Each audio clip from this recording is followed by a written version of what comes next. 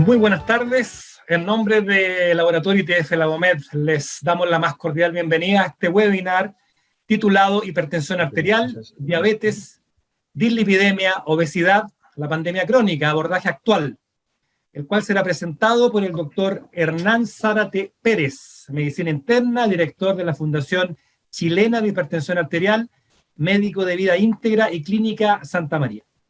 La presentación tendrá una duración aproximada de 45 minutos, luego de lo cual habrá un tiempo para responder vuestras inquietudes o preguntas, que podrán escribir durante la charla, durante la presentación, abajo ahí en la plataforma, en esa ventana que dice preguntas y respuestas al lado del chat, ¿ok? Entonces ahí pueden hacer todas generar todas sus opiniones o preguntas en relación a la presentación. Dicho esto, entonces dejo con ustedes al doctor Hernán Zárate Pérez. Doctor, puede ya iniciar su presentación. Muchas gracias. Buenas noches. Hoy día es un día especial. Hace tiempo hablamos con la gente del laboratorio y estamos viviendo claramente una pandemia hoy día con el tema del COVID, pero sabemos que previo a esa pandemia y en el futuro, por el no control de los factores de riesgo, ya estamos abordando la nueva pandemia que se nos viene y que es de los factores de riesgo cardiovasculares. Y que ellos, sumados en conjunto, forman lo que nosotros llamamos el síndrome metabólico. Quiero compartir con ustedes esto porque lo veo a diario, seguramente colegas, ustedes también lo hacen, y la verdad es que estamos llegando tarde. Entonces, esta es una actualización de estas patologías y hay una mirada a lo mejor un poco distinta de cómo debemos enfrentarlas. ¿Qué es el síndrome metabólico? El síndrome metabólico está formado por varios componentes, pero esencialmente tiene que estar la obesidad abdominal implícita dentro de eso. Y eso se define como un perímetro de cintura mayor a 90 centímetros en los hombres y mayor a 80 centímetros en mujeres. Eso va acompañado de una hipertrigliceridemia con triglicéridos sobre 150 miligramos por decilitro o ya previamente en tratamiento de su dislipidemia. Y eso va de la mano de un HDL bajo, que se define HDL bajo cuando hay en el hombre una cantidad de HDL menor a 40 miligramos por decilitros o en mujeres menor a 50 miligramos por decilitros. Pero además va acompañado de algo muy relevante y de lo que me apasiona, genéticamente hablando, que es la hipertensión arterial, que se define todavía como presiones arteriales sobre 140-90 o ya más controlada, pero con tratamiento antihipertensivo. También va de la mano de la alteración en la regulación de la glucosa, en que puede haber tanto una glicemia anormal en ayunas o una intolerancia a la glucosa, que es cuando en el examen de glicemia postcarga en la curva está sobre los niveles normales. Y el diagnóstico se define con la presencia de la obesidad abdominal. Y hago hincapié en eso. Colegas, ¿cuántos de nosotros medimos perímetro abdominal? Más 2 a lo menos de los 4 factores restantes que mencioné. El síndrome metabólico ustedes pueden ver abajo en el gráfico un paciente que tiene una obesidad abdominal importante y va de la mano de otros factores, como acabo de mencionar, en que hay hiperinsulinemia, hay resistencia a la insulina, hay alteraciones de la glucosa, hay hipertensión. ¿Este tipo de pacientes lo ven ustedes o soy yo el único que lo veo? Y estamos haciendo lo que debemos hacer dramáticamente. El año 2017 se publicó la última encuesta nacional de salud y ya teníamos una prevalencia de este síndrome metabólico que abarcaba más del 40% de nuestros pacientes. Se midió el 2016, se publicó el 2017. Han pasado 4 años y ustedes saben los años que hemos pasado. Este año y medio muy distinto de lo habitual. Y lo más seguro es que la prevalencia del síndrome metabólico en la próxima encuesta nacional de salud sea mucho mayor a 40,1, incluso a lo mejor cercano al 50%. Les recuerdo que la prevalencia del síndrome metabólico en la encuesta previa, que fue el 2010, era no mayor al 27%. Entonces esta es una pandemia que llegó a quedarse, pero no estamos haciendo o enfrentándola como debemos. Este slide es vital para mí y ojalá lo entendamos, porque fisiopatológicamente es muy difícil encontrar a un paciente hipertenso puro, a un paciente diabético puro, a un paciente dislipidémico puro, a un paciente que es sedentario solamente, a un paciente que tiene obesidad y que no tiene como coexistencias el resto de los factores de riesgo cardiovascular. Aquí está claramente establecido cómo estas interacciones son complejas y se interrelacionan con otras. En todo paciente obeso hay presencia de adipocitocinas que están claramente estimuladas por aumento de citoquinas inflamatorias y por la disminución de la adiponectina. Esas se ven claramente en pacientes con resistencia a la insulina, que recuerden que es una condición clara y establecida en todo paciente con obesidad o sobrepeso, y en pacientes con diabetes mellitus, sobre todo tipo 2. Y estos pacientes llevan de la mano a la dislipidemia, la hipertensión, aumenta con la edad, pero hay dos factores ahí que quiero resaltar en este cuadro, que son el estrés oxidativo y la disfunción endotelial.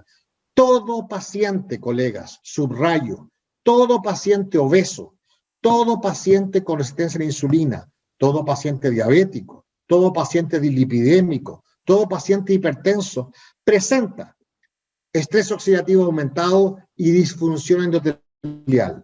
Entonces, si nosotros con la batería de fármacos que tenemos hoy día podemos bajar las cifras de presión, podemos bajar las cifras de glicemia, podemos controlar el LDL, pero no estamos actuando sobre el control y la mejoría de la disfunción endotelial, el riesgo cardiovascular va a seguir aumentando. Y a Dios gracias, hoy día tenemos fármacos en todas estas patologías, diabetes, dislipidemias, hipertensión, que sí corrigen la enfermedad de base, pero además actúan controlando la disfunción endotelial. Entonces, usemos las herramientas que tenemos basado en esto que estamos hablando. Objetivos claros del tratamiento de síndrome metabólico, sí, todo. Es como cuando un paciente llega y me dice, doctor, pucha, pero además tengo que bajar de peso, además tengo que bajar la hemoglobina, además tengo que controlar la presión y el colesterol. Sí, señores, no sacamos nada con corregir uno de estos por separados o dos de estos por separados. El factor de riesgo cardiovascular va a estar igual aumentado, y los eventos cardiovasculares por los que en Chile siguen siendo la primera causa de mortalidad, infarto al miocardio y accidente cerebrovascular, van a seguir estando presentes. Ayudemos a nuestros amigos cardiólogos, a nuestros amigos nefrólogos, a que lleguen tardíamente estos pacientes a ellos, para no caer en insuficiencia renal, no caer en insuficiencia cardíaca. Esa es una derrota de nosotros. Nosotros no actuamos a tiempo tratando de ordenar y corregir y llegar a la meta con todos estos parámetros. Empecemos hablando de obesidad, un tema muy relevante y un tema muy prevalente hoy día. ¿Qué pasa con la última encuesta nacional de salud? ¿Qué mostró? Insisto, publicada en 2017.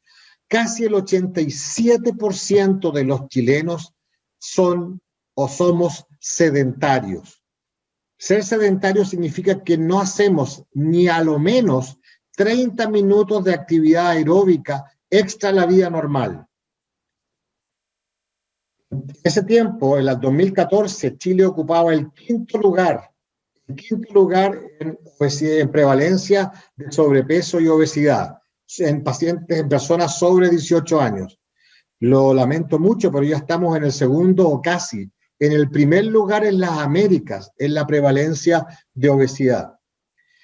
Si nos fijamos por lo que mostró la guía, la encuesta nacional de salud del 2017, podemos ver también que el 75% o más de nuestra población ya presentaba sobrepeso, obesidad y obesidad mórbida. Solamente la población menor al 25% estaba en un peso normal.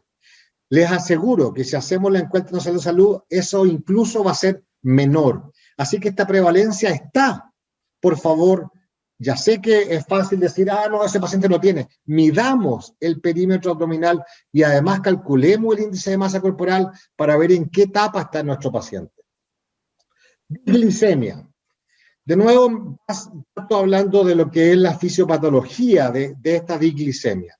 Se parte, cuando hablamos de diabetes mellitus normalmente llegamos tarde. Se parte con la base de la pirámide, la base de esta montaña, en que ya el paciente comienza a tener obesidad, por lo tanto tiene resistencia a la insulina, aumento de triglicéridos, disminución del HDL, hay una hipertensión arterial clara, empieza a aumentar la relación cintura-cadera, y eso nos lleva, incluso, y esto está presente en estadios en que la tolerancia está normal de la glucosa, todavía los índices glicémicos están normales, pero esto ya se está presentando en este paciente con obesidad.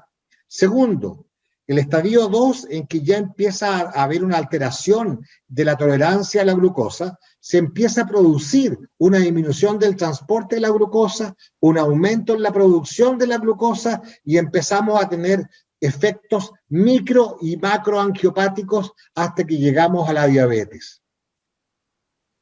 La diabetes, esto lo puse como un marco muy referente, me encantaron los colores, pero dice que es una enfermedad claramente muy prevalente en Chile, como lo vamos a ver, con incidencia en aumento.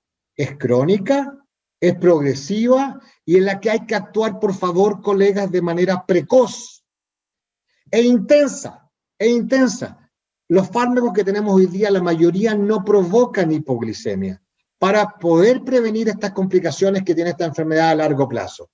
De nuevo, yo sé que todos los colegas saben esto, pero aclarar conceptos. Diabetes se diagnostica aún con glicemias en ayunas sobre 126 o con la curva de tolerancia en que esté sobre 200 miligramos por decilitro con una glicemia postprandial. Pero está ya el tema de la glucosa en ayunas alteradas cuando está sobre 100 y bajo 126 o cuando la curva postcarga está sobre 140, que es lo normal, hacia abajo, y bajo 200, en que tenemos claramente intolerancia a la glucosa. En esos momentos estamos actuando como debemos, somos proactivos o le decimos, lo felicitamos, todavía no es diabético porque tiene, por ejemplo, 122, 124 o 198 postcarga, pero así que cuídese. Ese paciente en un mes llega con exámenes alterados y es diabético.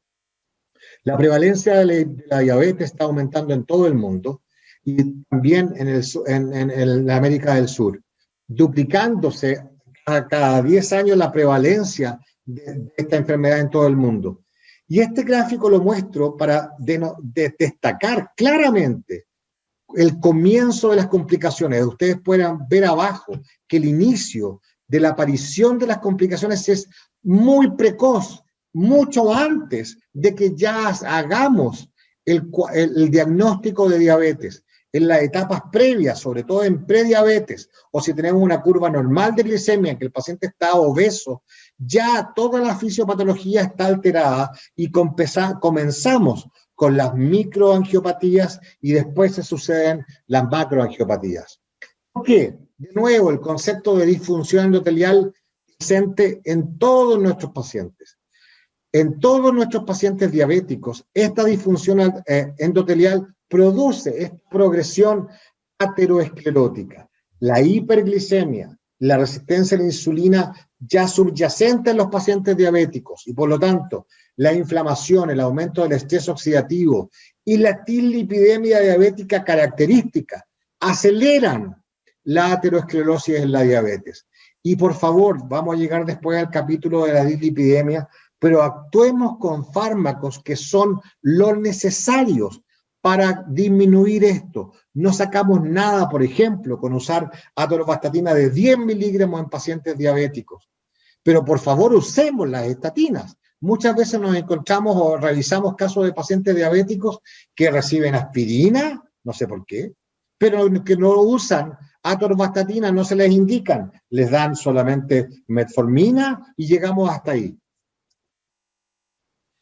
Esta es lo importante, no perder del foco que es hacia dónde nos dirigimos. La expectativa de vida de un paciente con diabetes es 6 años menor que un paciente que no tenga diabetes desde el punto de vista cardiovascular. Y si el paciente es diabético y ha tenido o tiene una enfermedad cardiovascular previamente establecida, tiene una expectativa de vida de 12 años menos. Así que seamos proactivos con nuestros pacientes. ¿Cómo tratamos a nuestros pacientes diabéticos? Voy de nuevo a la fisiopatología. Esto incluso ya está quedando obsoleto. Hoy día estamos hablando de los 11 reales en la fisiopatología de la diabetes, pero cuando estábamos en la universidad hablábamos del triunvirato, del hígado, del páncreas, del músculo y tejido adiposo, pero sabemos ahora, y el doctor Di Fronzo lo presentó hace tiempo, y vio cómo el factor incretínico, el factor de reabsorción renal, la disfunción de neurotransmisores a nivel cerebral, ya están provocando todos una hiperglicemia. La prevalencia en Chile el año 2016 era del 11%, y se proyectaba que el 2035 íbamos a tener más o menos el 16,3% de la población mayor de 15 años iba a ser diabética. Pero nos encontramos con la última encuesta nacional de salud, que se adelantó a todo lo que esperábamos. Ya estábamos en 12,3% a nivel nacional. Y si ustedes se fijan en el lado izquierdo de las barras, tenemos total país. El año 2003, 4,2% de prevalencia de la diabetes en Chile. Y el año 2016, publicado el 2017, 12,3%. O sea, en 13 años se triplicó la prevalencia. Por lo tanto, la cantidad de trabajo que tenemos por delante, señores, es muy importante y debemos ser proactivos por eso. Lo malo, también lo muestra la última encuesta nacional de salud, es que la mayoría, casi el 80% de los diabéticos saben que son diabéticos, pero solamente están en tratamiento o mantienen tratamiento la mitad de nuestros pacientes diabéticos. Y están con control, o sea, con hemoglobinas definidas bajo 7, solamente 1/3 del total de nuestros pacientes. De nuevo estamos fallando, colegas. Lo que dije antes, este es el paciente tipo.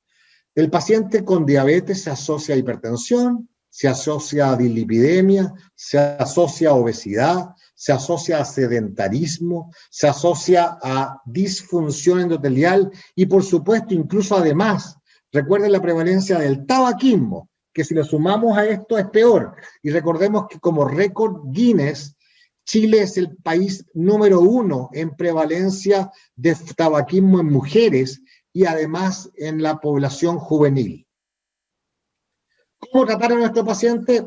Con un tratamiento individualizado, dependiendo de la edad, dependiendo del tipo de diabetes, dependiendo de la preferencia alimentaria, pero seamos proactivos, no nos demoremos. Un acápite a lo que debemos usar, que muchas veces nos saltamos en el tratamiento de nuestros pacientes diabéticos, la terapia médica nutricional. Esto no lo podemos perder de vista, no solamente somos prescriptores de fármacos, usemos lo que debemos usar en nuestros pacientes.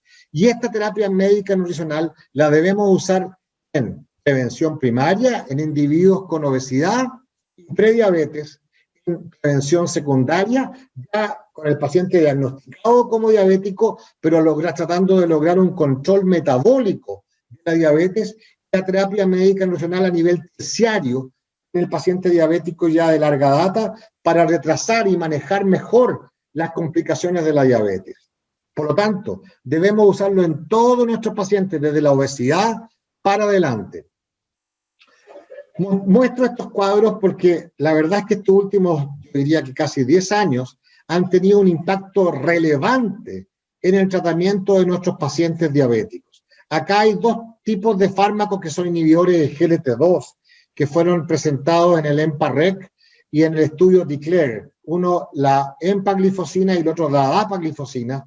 Y si ustedes se van al penúltimo cuadro de ambos, el main point, el punto central de todos, era mostrar disminución, y lo lograron, en la morbimortalidad de nuestros pacientes, ya sea en etapa sin riesgo cardiovascular o en pacientes que ya tenían enfermedad cardiovascular establecida de base. ¿Pero por qué? Porque ellos sí están actuando, igual que los grupos análogos GLP-1, sobre mejorar la disfunción endotelial.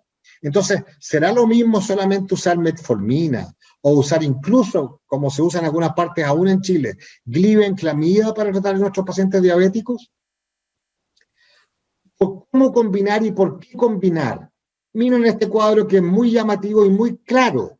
Muestra que tanto la inhibición de los inhibidores GLT2 como el bloqueo del uso de la familia del sistema renina-angiotensina van a reducir la hiperfiltración glomerular con mecanismos sinérgicos. Por lo tanto, también estamos protegiendo el riñón. Los inhibidores del GLT2 provocan una constricción de la arteria aferente renal, mientras que los bloqueadores del sistema renina-angiotensina, como pueden ver abajo, producen una vasodilatación de la arteria eferente, logrando una presión glomerular disminuida y una reducción en la albuminuria. Entonces podemos asociar fármacos que sabemos que son protectores renales a nivel de hipertensión, pero también a nivel de la diabetes. Dicen las últimas guías de los consensos publicados en el 2018, las guías europeas y las guías americanas.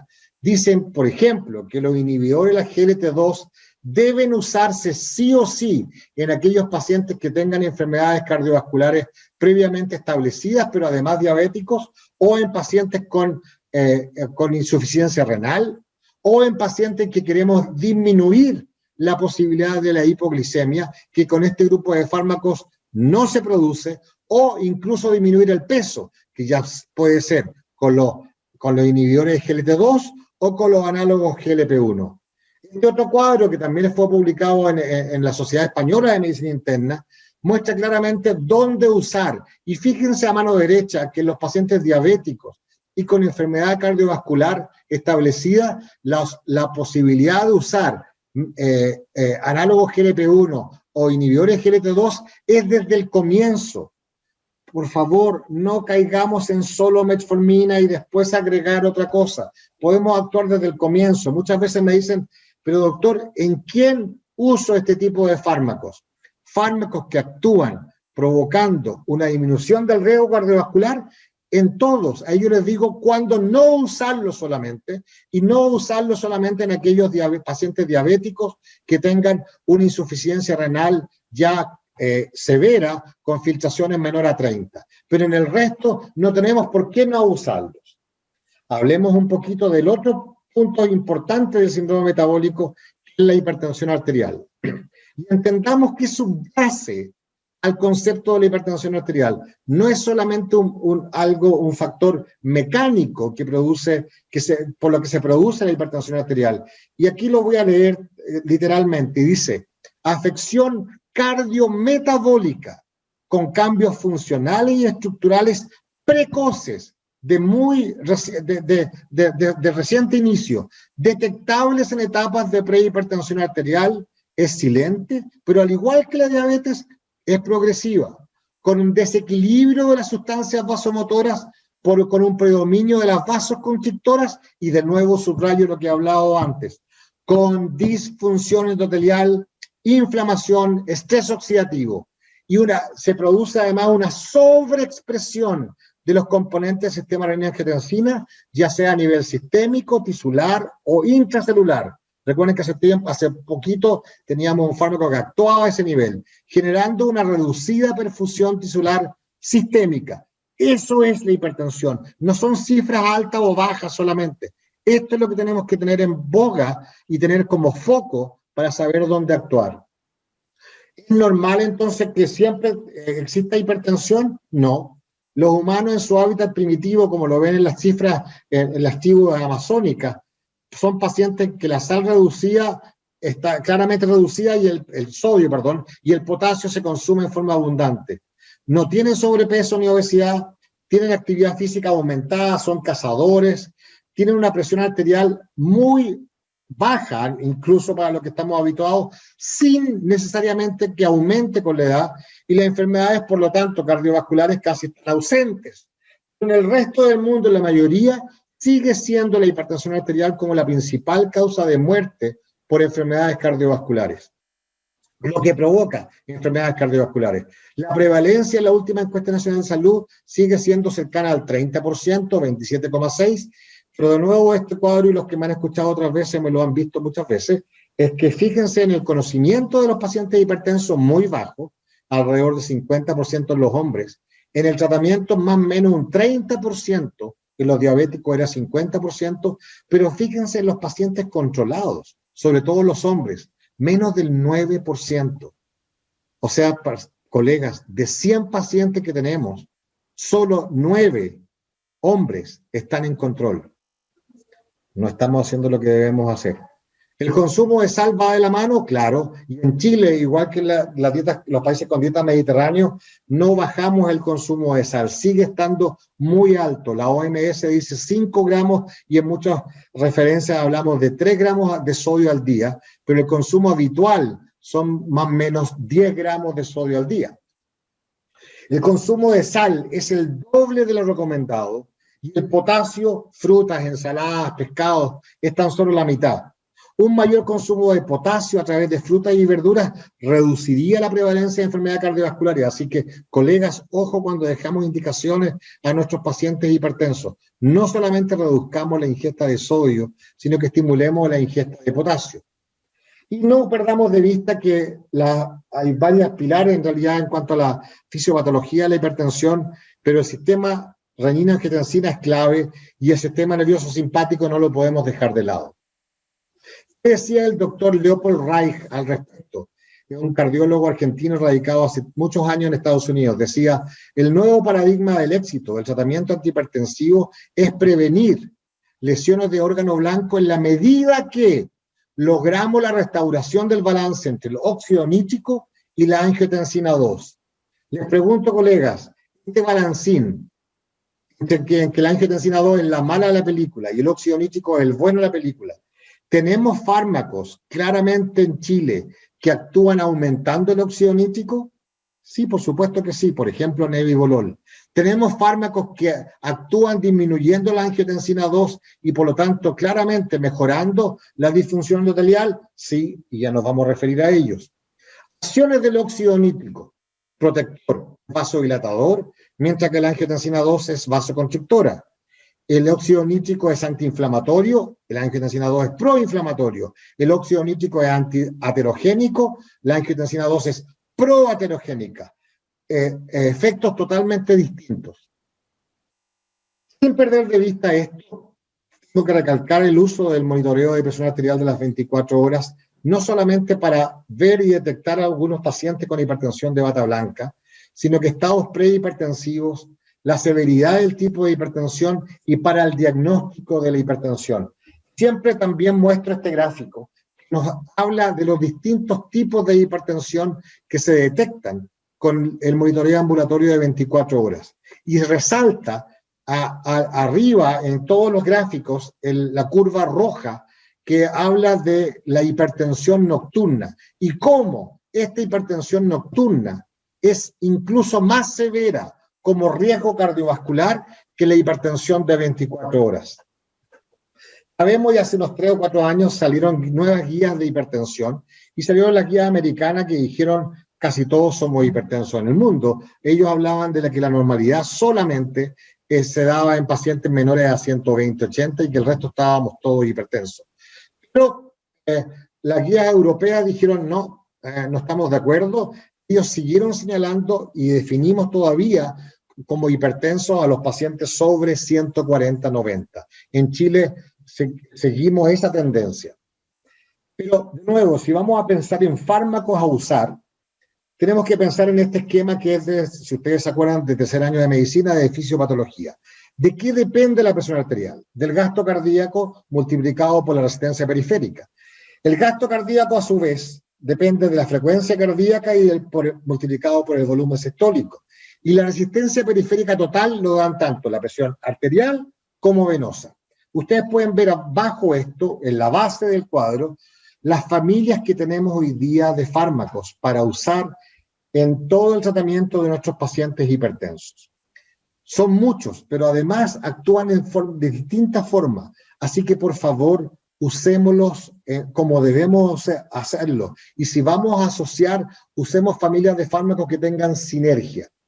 En el síndrome metabólico, que dicen las guías europeas y las guías americanas, dice: puesto que el síndrome metabólico puede ser considerado como un estado prediabético, los fármacos antihipertensivos capaces de mejorar y en cualquier caso no empeorar la sensibilidad de la insulina, como los bloqueadores del sistema renina-angiotensina y los bloqueadores de los canales de calcio, deben ser considerados como preferentes para iniciar el tratamiento. ¿Qué vemos? Llega un paciente diabético, hipertenso, y está en tratamiento con losartán, genérico, una vez al día. Punto. Ese es el tratamiento de la hipertensión arterial.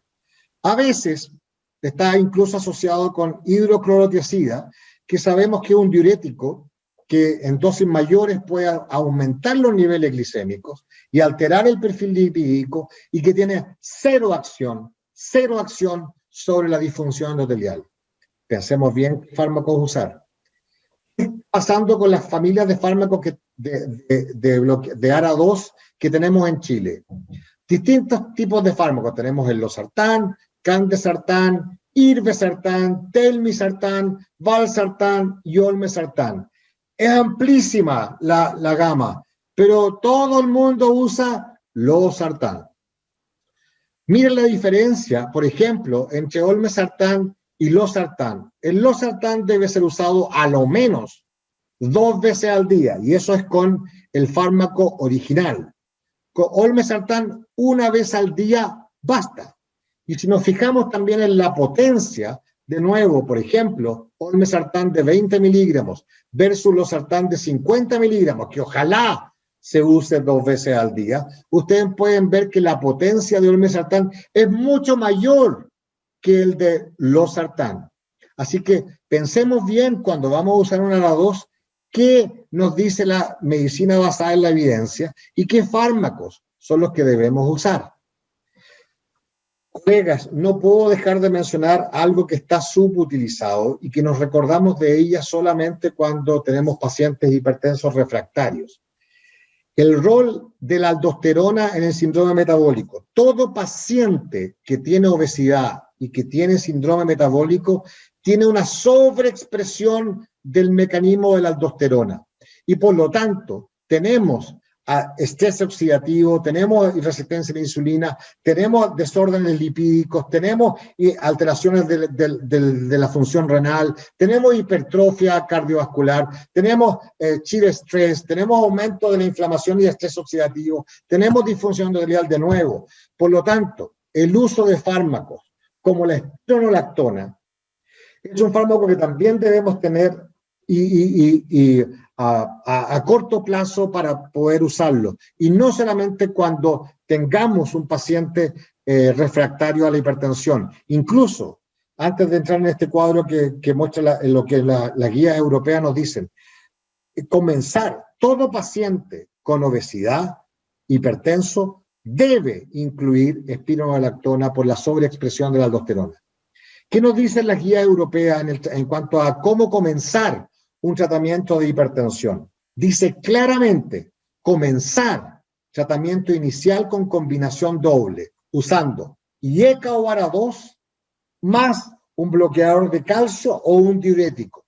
Pero ojo, ¿qué diurético? Por eso les resalto el tema. ¿Cuándo considerar solamente la monoterapia para la hipertensión? Cuando es grado 1, muy leve, o tiene un riesgo bajo en pacientes ancianos mayores a 80 que son muy frágiles y que están postrados, etcétera. Ojo con la hipotensión en esos casos. Pero todo el resto de nuestra gama, que es la mayoría de nuestros pacientes, comenzar con biterapia. Si no responde a ese IECA o ARA2, agregarle bloqueador de calcio y además agregarle un diurético, o sea, triterapia. Y ellos ponen como añadir espironolactona Solamente cuando no logramos el resultado de esto, ya puede ser usando un bloqueador alfa o un bloqueador beta. Cualquier bloqueador es beta, recuerden lo que dijimos antes, los que actúan mejorando disfunción endotelial, corrigiendo la producción de óxido nítrico, por ejemplo, nebivolol. Considero acciones prácticas en cuanto a la hipertensión. Uso de Holter de presión arterial como método diagnóstico y evaluación de tratamiento con apoyo de autocontrol. 2. Diseño de estrategias terapéuticas en funciones de las metas. 3. Inicio de la terapia combinada versus monoterapia. Por favor, colegas, por favor. 4. Órgano protección y disminución de eventos cardiovasculares como objetivo terapéutico. ¿Qué familia de fármacos muestran claramente medicina basada en la evidencia, órgano protección y reducción del riesgo global a través del tratamiento integral de lo que es, por ejemplo, el paciente con síndrome metabólico? Y finalmente, una visión sobre las dislipidemias. La prevalencia en Chile, la última encuesta nacional de salud mostró que el 27,8% de nosotros los chilenos teníamos un colesterol elevado mayor a 200. Pero mostró, por otro lado, que la prevalencia de colesterol HDL bajo, miren el número, 45,8%. ¿No les recuerda el otro número que les mostré antes del síndrome metabólico? Claramente. Y la prevalencia de triglicéridos elevados mayor al 35, mayor a 150, 35,8. Si ustedes ven, calza perfecto con lo que estamos hablando del síndrome metabólico. ¿Por qué hablamos de dislipidemia? Y cuando hablamos de dislipidemia, como un conjunto de patologías caracterizadas por las alteraciones en los niveles sanguíneos de las lipoproteínas, alcanzando valores que significan un riesgo para la salud del individuo. Así lo publicaron. Y los últimos años han salido muchas guías sobre lípidos y estábamos más o menos bien tranquilos hasta que el año 2016 cambiaron todos los parámetros y nos dieron otras alternativas. Nos dicen esto: grupos sobre los que debemos actuar con terapias de alta intensidad en cuanto al uso de las estatinas. Primero, pacientes con dislipidemia, pero con enfermedad cardiovascular clínica establecida. Infarto, accidente cerebrovascular, un Doppler carotidio con estrechez carotidia. Grupo 2, pacientes con LDL mayor a 190 miligramos por decilitro. Usar estatinas de alta intensidad. Tercer grupo, diabéticos entre 40 y 75 años, con LDL entre 70 y 189, sin enfermedad cardiovascular clínica, o sea, pacientes diabéticos. Y cuarto, pacientes sin diabetes y sin enfermedad cardiovascular clínica, pero con un LDL sobre el rango normal, pero con el riesgo cardiovascular asumido mayor a 10 años del 7,5%. Entonces, en todos estos grupos son beneficiados al usar estatinas, por favor, de alta intensidad. ¿A qué nos referimos con estatinas de alta intensidad? Por ejemplo, con atorvastatinas de 40 a 80 miligramos, o con rosuvastatina de 20 a 40 miligramos, en que hay una disminución más o menos del 50% del valor basal. Pero la mayoría de las veces cuando yo veo el uso de estatinas en este tipo de pacientes, si es que 10 miligramos. No les hacemos ni cosquillas, ni con rosu, ni atorvastatina en esas dosis. La terapia de moderada intensidad, que también en algunos casos hay que usarla, es ahí recién, de moderada intensidad, atorvastatina de 10 a 20, o rosu de 5 a 10, o simvastatina de 20 a 40, que también está en Chile. Pero acá hay un concepto bien relevante y que es típico de nuestro paciente con síndrome metabólico, que es el concepto de la dislipidemia heterogénica. Esta es una dislipidemia muy prevalente en pacientes con síndrome metabólico, obesidad visceral o en diabéticos tipo 2. Estos pacientes, a pesar de que la mayoría se encuentran en tratamiento con fármacos para lípidos, mantienen un riesgo cardiovascular residual, hacen eventos cardiovasculares de infarto o accidentes cerebrovasculares igual, a pesar de tener un tratamiento de lípidos como debe ser. Y entonces vino el estudio ASCOT, dijo, bueno, el ACORD dijo, usemos entonces estatinas y fibratos. ¿Por qué? Porque pese a que el LDL promedio de 80 miligramos por decilitro, Los pacientes con dislipidemia heterogénica, que es tener HDL bajo y triglicéridos altos, tenían un 70% más de eventos cardiovasculares mayores, como lo que describí antes. Y al revés, los pacientes en tratamiento, los que se le asoció a la simvastatina, por ejemplo, el fenofibrato, los eventos cardiovasculares se redujeron un 31%. Entonces basta a veces solamente con estatinas de baja intensidad o incluso de alta intensidad. Debemos asociar fibratos. ¿Qué fibratos? Fenofibrato, ciprofibrato, pero por ningún motivo gemfibrosilo. Por lo tanto, al final, ¿qué es lo que buscamos como metas finales? Control de la hipertensión arterial, con un IECA o bloqueador receptores de angiotensina 2, o con algún fármaco que vaya a asociarse a eso, como lo que describí, corregir la dislipidemia, provocar un cese tabáquico, bajar la glicemia, la hemoglobina glicosilada menor a 7 y tratar de reducir a los pacientes con un riesgo cardiovascular elevado alto. Y lo dejo al final con este concepto de la inercia terapéutica. Vencer la inercia terapéutica requiere un esfuerzo personal y unas condiciones adecuadas que permitan trasladar las mayores y mejores evidencias científicas a nuestra práctica clínica, tanto en la fase diagnóstica como en la terapéutica. La inercia clásica se traduce en que un determinado tratamiento no se inicia, ni usamos estatina, ni usamos los fármacos antihipertensivos que debemos, o no se intensifica. Sabemos que asociar va a ser mejor, pero no sé por qué no lo hacemos. Por lo tanto, es imprescindible asumir que tanto en la parte dislipidémica, en que la intensificación del tratamiento o el tratamiento combinado con fármacos hipolipemiantes es la que puede mejorar la consecución de los objetivos terapéuticos en el tratamiento de las dislipidemias en la mayoría de las ocasiones. Y eso pasa tanto en lípidos, como en hipertensión, como en diabetes, señores. Corolario, no es tan difícil. Te los dejo como una prueba. Recuérdense desde mañana, podemos hacerlo todos los días. Pesar a cada paciente. Medirlos también. Controlar, por lo tanto, su IMC. Medir el perímetro abdominal. Winchitas tenemos por todos lados. Y tomar la presión arterial en cada consulta. No sé si les pasa a ustedes, colegas, pero muchas veces en los pacientes mayores a mí me dicen, doctor, y me tomo la presión. Y la verdad es que nos dan una lección. En todo paciente que esté en nuestra consulta debemos tomar como debe ser la presión arterial. Y solicitar a lo menos una glicemia y perfil lipídico para ver si estamos cumpliendo con lo que estoy hablando del síndrome metabólico. Muchas gracias.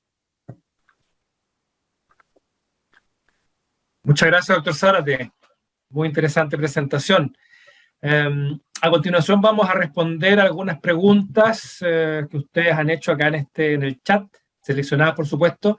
De todos modos, le dejo el email del profesor o del doctor, que es en caso de que necesiten hacerle alguna pregunta que no alcance, digamos, a observarse hoy día, que es hernanzarateperez@gmail.com. Además, les recuerdo que esta presentación la van a poder encontrar en el sitio web de ITF Labomed, que es www.itflabomed.cl, itf-mediolabomed.cl, aproximadamente en 3 o 5 días más para que puedan tenerla ahí on demand en caso que lo requieran, ¿vale? La primera pregunta dice así, doctor, es como un caso clínico de un espectador anónimo. Dice, paciente femenina en la 4ª década de vida, con resistencia a la insulina, con presiones de 135-85, obeso, dislipidémico, perimenopáusica. ¿Cuál sería el antihipertensivo ideal? Bueno, primero hacer un holter de presión. Aquí no hay recetas de cocina, tenemos que tratar a cada paciente en forma individual.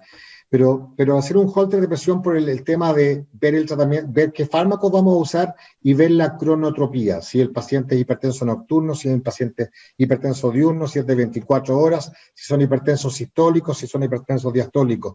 La verdad es que la información que nos da el holter es muy importante. Ahora, esta paciente que está en 4ª década, que tiene dislipidemia, que tiene obesidad, en esa paciente sí debemos usar sí o sí algún antagonista del sistema renina-angiotensina-aldosterona, asociado y hay que ver la respuesta de ella, porque en las mujeres se da más el tema del edema, pero yo lo asociaría sí o sí a un bloqueador de canal de calcio, que lo más seguro es que estamos usando, el más frecuente que estamos usando en Chile es el amlodipino, y con eso partir. Pero de ahí ir viendo, y dependiendo del grado de obesidad, ver si tenemos que usar o no también la espironolactona. Son los 3 fármacos que hay que tener normalmente presentes. Pero quiero hacer hincapié en el fármaco bloqueador del sistema renina-angiotensina. El otro día veía encuestas en que en Chile el 92%, colegas, el 92% de nuestros pacientes como fármaco bloqueador del sistema renina-angiotensina es el losartán genérico. No sé cómo les va a ustedes con eso, pero a mí incluso con el original, que uso no tanto, porque hay que usarlo 2 veces al día, y la idea es que ojalá usemos la menor cantidad de píldoras para que la adherencia mejore. La verdad es que el resultado es horrendo, es pésimo. Y ya les mostré, están otras familias de sartanes que podemos ocupar, y cuya potencia es totalmente distinta y que se puede usar una vez al día, por ejemplo, como el olmesartán, por ejemplo, como el telmisartán, etcétera. Entonces, veamos bien qué ARA2 vamos a usar también. Perfecto. Acá Álvaro Cortés Cabrera nos da un aporte, más que una pregunta, es un comentario de él que dice: la Asociación Americana de Endocrinólogos desde el 2017 ha intentado cambiar el enfoque de la obesidad y la han determinado como enfermedad crónica basada en adiposidad, y han dispuesto en línea en su página de internet de esta asociación americana un algoritmo para el manejo de obesidad por parte de los médicos de atención primaria. No sé si tiene algún comentario que hacer, doctor Zárate. O sea, por favor, es que la obesidad en sí ya es una patología, no está todavía, no sé por qué en Chile no diagnosticada como tal y tratada como tal, pero la obesidad no es solamente que el paciente baje de peso, insisto, por eso mostré el gráfico que quiero que se les quede ahí, de la disfunción endotelial. El paciente obeso tiene disfunción endotelial, y hoy día tenemos fármacos que actúan sobre eso. Seguro, igual que ahora también estamos en plena ADA, que es el Congreso Americano de Endocrinología, en que también hablan de este concepto de la diabetes y de la obesidad que va asociado. Paciente con obesidad tiene resistencia a insulina, paciente con obesidad tiene hígado graso, paciente con obesidad 75% tienen diabetes, paciente con obesidad tienen dislipidemia. Entonces no lo podemos tratar con un fármaco, por ejemplo, y perdón lo que voy a decir, con un fármaco X que haga bajar de peso, que es derivado de anfetaminas, y corremos un montón de otros riesgos sin lograr un resultado que es disminuir el riesgo cardiovascular de nuestro paciente. Debemos manejarlo como un paciente complejo, pero integral. Por eso hablé del corolario. No podemos dejar cada uno por separado, debemos manejarlo en forma completa. Acá Pamela Magallanes dice: doctor, hablamos de fármacos para el tratamiento de enfermedades crónicas y no tan crónicas, como hoy dice la evidencia científica, como la hipertensión arterial y diabetes mellitus, que en algunos casos puede curarse. Sin embargo, los fármacos existen hace bastante tiempo como tratamiento de estas patologías, y aún así las cifras van en alza. Entonces, ¿es realmente el enfoque principal para abordar estas patologías? Lo que se ha hecho hasta ahora, me imagino. ¿De qué forma se intenta instaurar la medicina en los estilos de vida saludables cuando usted o los colegas se dirigen a un paciente? Es fundamental el tema de la base y el manejo multidisciplinario de estos pacientes. O sea, la nutricionista o el nutricionista, el trabajar en equipo, el que haga ejercicio, todo eso es fundamental, es básico. Pero creo que la colega hizo dos acápites que no puedo dejar pasar. No, estas patologías son crónicas, no son curables. O sea, yo estoy de acuerdo que los pacientes con cirugía bariátrica pueden dejar de ser transitoriamente diabéticos, pero normalmente después de un tiempo se retoma. En la mayoría de ellos, igual que la mayoría, no dejan de ser hipertensos, así que curables no. Pero yo resalto, y en eso comparto con ella, estamos llegando tarde, porque estamos usando los fármacos que no debemos usar. Si seguimos usando en los pacientes diabéticos solo metformina, o solo glibenclamida, o ese tipo de fármacos, no llegamos a ninguna parte. si no usamos los inhibidores GLT2, los agonistas GLP-1, que tienen un mecanismo de acción espectacular, colegas, no produce hipoglicemia, baja disfunción ileal, baja disminución de riesgo cardiovascular, y los fármacos que hablé en hipertensión, los ARA2, el amlodipino, nefroprotección, cardioprotección, usar los beta bloqueadores que debemos usar, nebivolol, en que aumenta el óxido nítrico, fármacos en dislipidemia como el ACE-ACORD, en que debemos usar estatinas de alta intensidad, pero desde un principio más asociado a fibratos, sobre todo los pacientes diabéticos, el resultado sería bastante distinto y nos seguiríamos marcando el paso como lo estamos haciendo. Ok, doctor. Carlos Venegas Uribe dice, no es una pregunta, en realidad de acuerdo a mi experiencia, dice, se trata de una proposición. Generalmente los pacientes ingieren una cantidad adecuada de medicación para la diabetes mellitus tipo 2, dislipidemia, hipertensión arterial, pero desgraciadamente el problema está en su hábito alimentario, que no es el más adecuado, y se ha producido una adicción a comer. En especial dice a los hombres con conciencia que no deben comerlos. Bueno, dice, se debería en la mayoría de los pacientes realizar un tratamiento psiquiátrico para este tipo de afección o psicológico. Absolutamente también, pero dos conceptos ahí, insisto, esto debe ser un tratamiento integral de nuestro paciente y con equipo multidisciplinario, pero seguramente ellos, igual que yo, han visto cómo con la pandemia la gente no se mueve, obviamente, no hace ejercicio ni en su casa, porque a veces no se alcanza además, y además la mayoría del tiempo estamos comiendo cosas ricas para paliar el desánimo. Y las cosas ricas normalmente son con grasas saturadas o son ricas en carbohidratos, nos movemos poco. Bueno, el año pasado el aumento de peso en Chile fue promedio 9 kilos. 9 kilos. Por eso hablo de que la pandemia del síndrome metabólico y de todo lo que va asociado, la vemos todos los días. Pero insisto en que los pacientes, hoy día tenemos fármacos en hipertensión en que con una píldora vienen biasociados o triasociados, en que en los pacientes con diabetes, en una sola píldora, también vienen biasociados, y en lípidos también, entonces podemos usar de repente 3 tabletas y tenemos cubierto todo. Entonces, ojo con los fármacos a usar. Yo sé que esto no es solamente farmacología. Todo lo que me han dicho de comer saludablemente, del manejo con el psiquiatra, del manejo con el nutricionista, del manejo con un profesor de educación física o que se integren en un grupo todo eso es relevante. Pero si vamos a usar los fármacos, tenemos las herramientas hoy día para que el pronóstico cambie. David Silva, gracias doctor. David Silva dice, ¿qué alternativa sugiere en caso de no poder usar bloqueadores de calcio para una biterapia, pensando en un paciente que ya está con un IECA? Si el paciente está con un IECA, y es muy buena opción. Cuando yo hablo de bloqueo sistema de angiotensina, puede ser un IECA, que ojo con obviamente la carraspera o la tos seca, o un ARA2, y a ese fármaco, por ejemplo, asociar un nebivolol, si no vamos a usar un bloqueador de canales de calcio, y ojo con el diurético a usar. La hidroclorotiazida en dosis mayor a 25 miligramos va a alterar la glucosa, va a alterar el perfil lipídico, cosa que no lo produce, por ejemplo, la indapamida, cosa que no produce, por ejemplo, en menor caso, la clortalidona. Y no dejando de lado, si el paciente tiene obesidad, la espironolactona, que es muy barata, y lo único que tenemos que tener el control es ver cómo va su potasio en los controles que tengamos con ella. Perfecto, gracias, Doc. Rodrigo Jara nos pregunta, buenas noches, primero agradecer tan buena y práctica presentación. Tengo 2 consultas. 1, ¿la asociación de estatinas con fibratos está permitida también con uso de atorvastatina y rosuvastatina o solo con simvastatina? Esa es una.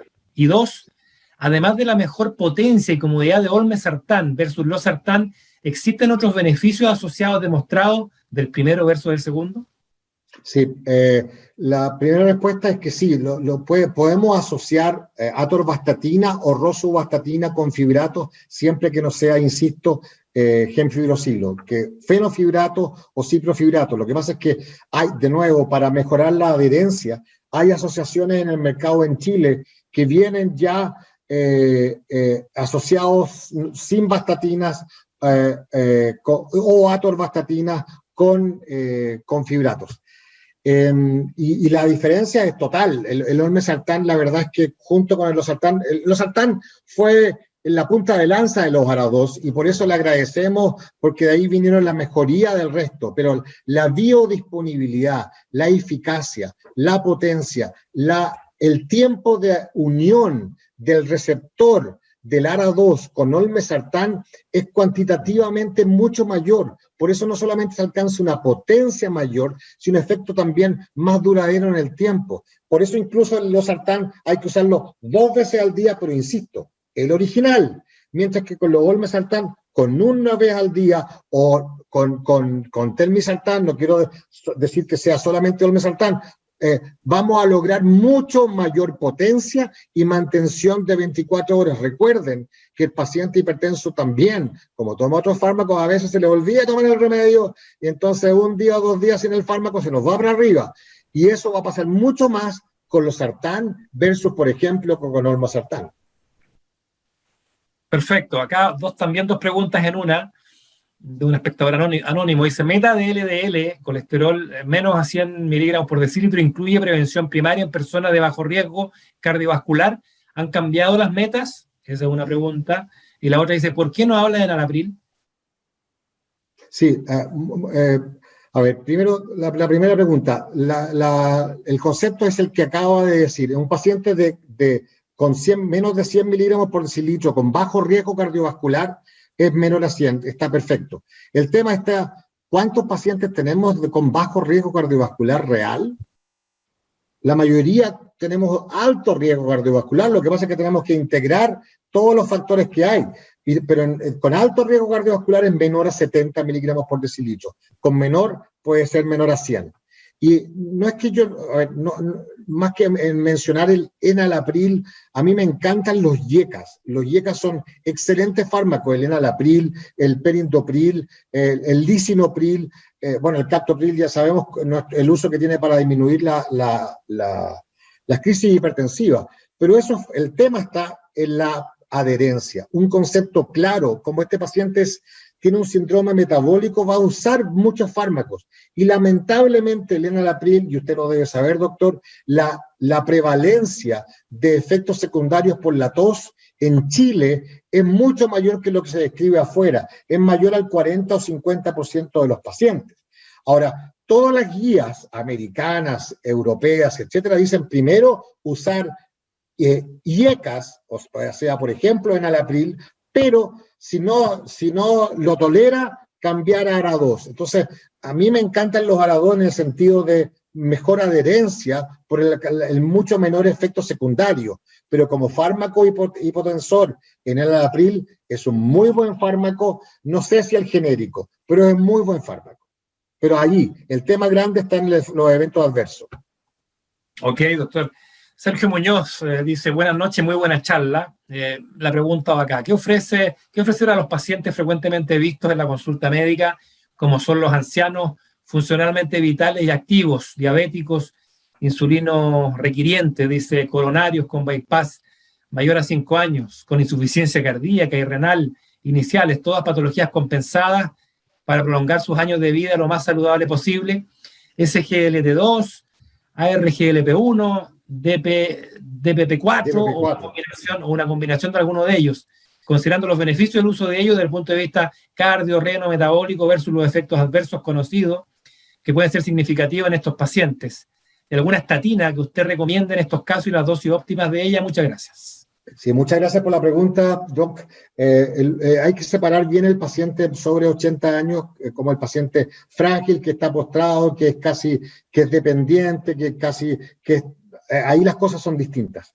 Pero este paciente, aunque tenga todos esos factores de riesgo cardiovascular, pero es dependiente en sí mismo, y lo describió muy bien el doctor, la verdad es que los análogos GLP-1 o los inhibidores de GLT2 debemos usarlos a como dé lugar, excepto, insisto, que tenga una nefropatía mayor, en que tenga una tasa de filtración glomerular menor a 30.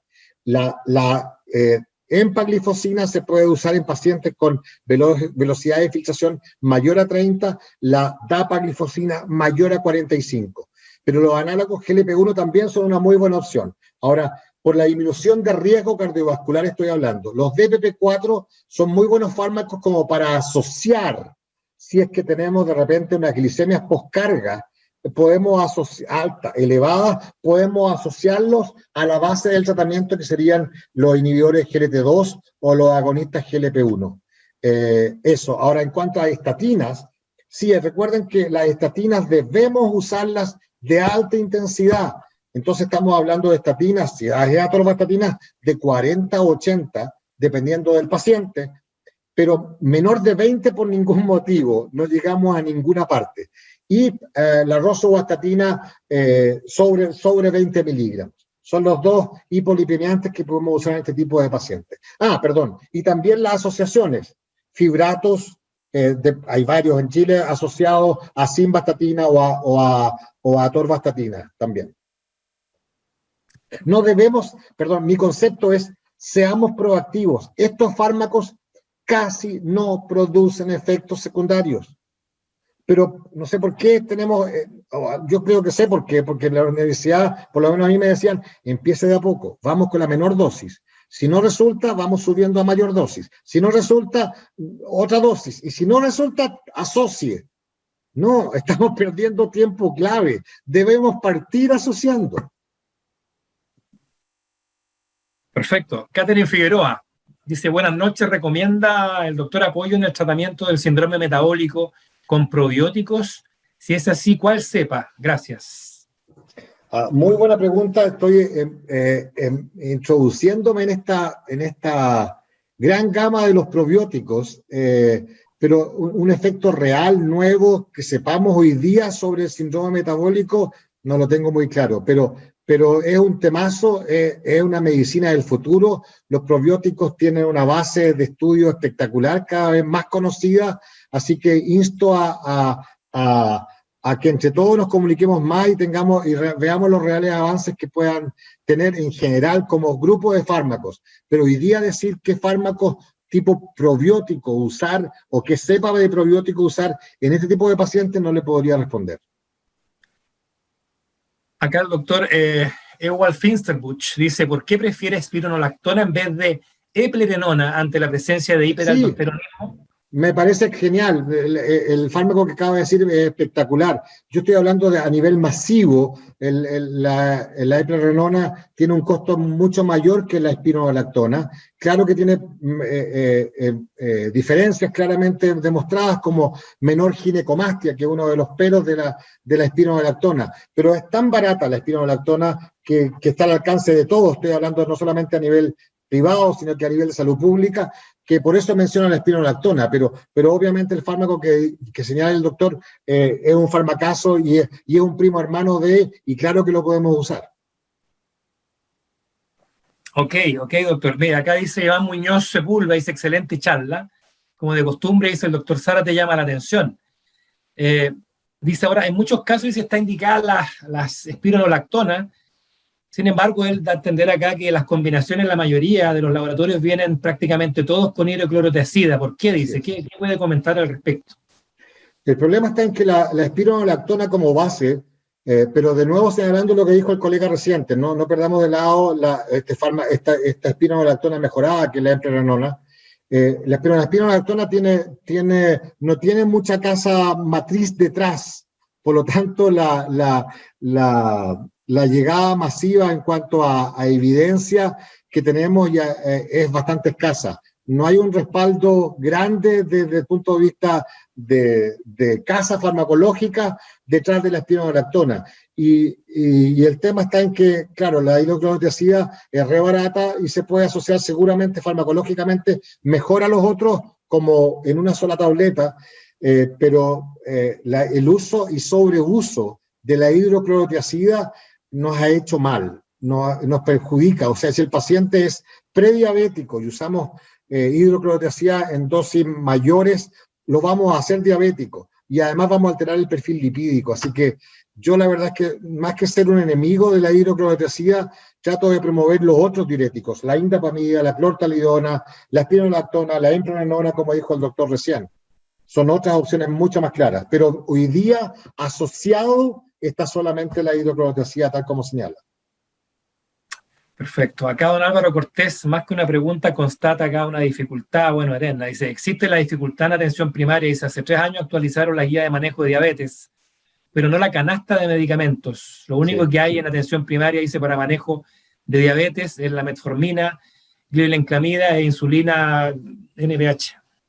Lamentablemente, por el GES y todo, los fármacos, las insulinas están espectaculares, pero en cuanto a los fármacos, un tiempo entraron algunos DPP4, pero después, no sé qué razones socioeconómicas hubo, pero las sacaron. Pero lo que quiero decir, yo sé que muchas veces estamos atados de mano con lo que tenemos, pero tenemos que presentarles estas otras opciones. Nosotros somos los capitanes de los barcos. Entonces tenemos que decirle, mire, estos son los fármacos que tenemos acá, pero usted lo que requeriría, en primer lugar, es esto. Y a lo mejor él, conversando con su familia, optan a que lo que deben usar no está en el consultorio, no son los fármacos de ahí, y pudieran optar a esa otra terapia. Tenemos que saber y entregarle la información a nuestros pacientes de qué es lo que debería usar, no es lo que podría usar. Perfecto. Un par de comentarios más antes de terminar. Viviana Soto Ulloa, bueno, ella, un comentario aquí para unas loas para el doctor, dice, muchísimas gracias por tan buena presentación, me encanta la energía que transmite en sus presentaciones y obvio su extraordinario conocimiento. Saludos, doctor. La verdad gracias, que Viviana, un abrazo. Para que usted tenga esa información, ese feedback también. Hugo Cristian Uvilla dice, perdón, ¿cuáles eran los fibratos recomendados? Que al parecer no le quedó claro. Fenofibrato o ciprofibrato. Son los dos que se pueden asociar por el ACOR y otros estudios de nuevo medicina basada en la evidencia. El que no se debe asociar es el ginfibrosilo, por el riesgo de la rhabdomiolisis. Perfecto, perfecto. Y para terminar ya, por la hora ya que es tarde, me imagino que todos están un poquito ya cansados. David Silva dice, ¿cuál debiera ser la indicación de actividad física mínima para intervenir a los diabéticos e intolerantes a la glucosa? Mínimo, yo señalé que la última encuesta nacional de salud mostraban casi el 88% de sedentarismo. Entonces, lo que pedimos, y eso se define con no hacer actividad física a lo menos de 30 minutos diarios. Y eso es lo mínimo que debemos pedirle a toda persona que tenga la posibilidad de que no esté con disfunción en sus extremidades o etcétera, para hacer actividad física. 30 minutos diarios o más. Desde caminar, pero eso es clave. Hace poco tuve en mi consulta un abogado que llegó de 34 años, que estaba vestido con un abrigo muy extraño, le quedaba pero muy grande. Entonces, no le quería decir nada, pero después tuve que preguntarle, oiga, ¿y su abrigo por qué? Dice que yo hace 2 años pesaba 40 kilos más.